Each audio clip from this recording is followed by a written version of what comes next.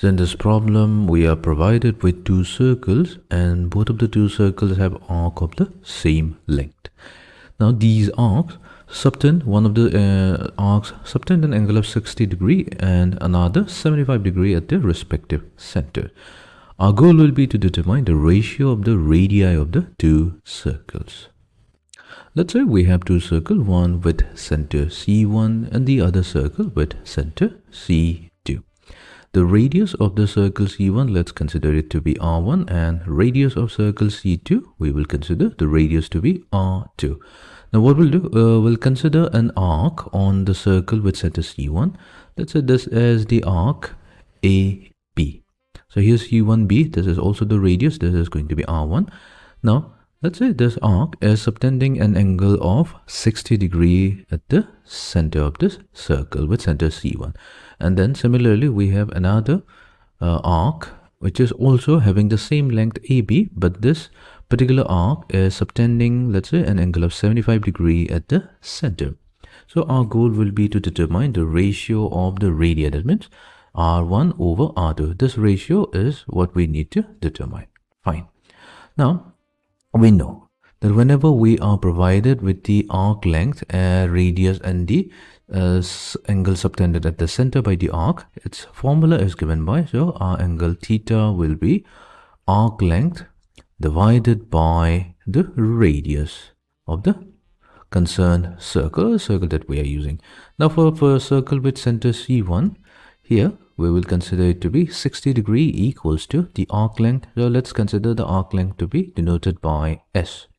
And the radius is R. So we have S over R1. How simply? So R1 will be equals to S over 60 degrees.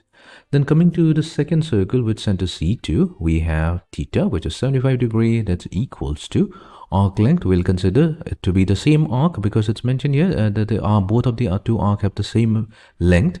It's not the same arc, but it's the arc having the same length divided by the radius R2. So R2 will be S over 75 degrees. Okay, fine. But since we are concerned about the distance, we'll convert 60 degree and 75 degree to radians. So whenever we have degrees to radian, we only have to remember that 180 degree, that corresponds to pi radian, which means 1 degree is going to correspond to pi over 180 radian. Meaning, so if we have 60 degrees, all you have to do is multiply 60 with pi over 180 and it's going to get converted to radian. So this will be pi over 3. And then we have 75. So 75 will be simply multiplied with pi over 180. So it's going to become 5 pi over 12 radians. So radius R1 will become S divided by 60 degree in radians is pi over 3. We have pi and 3 will go to the numerator. So that we have 3s over pi.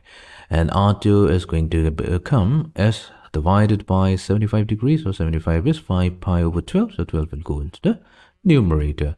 Now let's find out the ratio R1 to that of R2. So that will be equals to 3s over pi whole divided by 12s over 5 pi.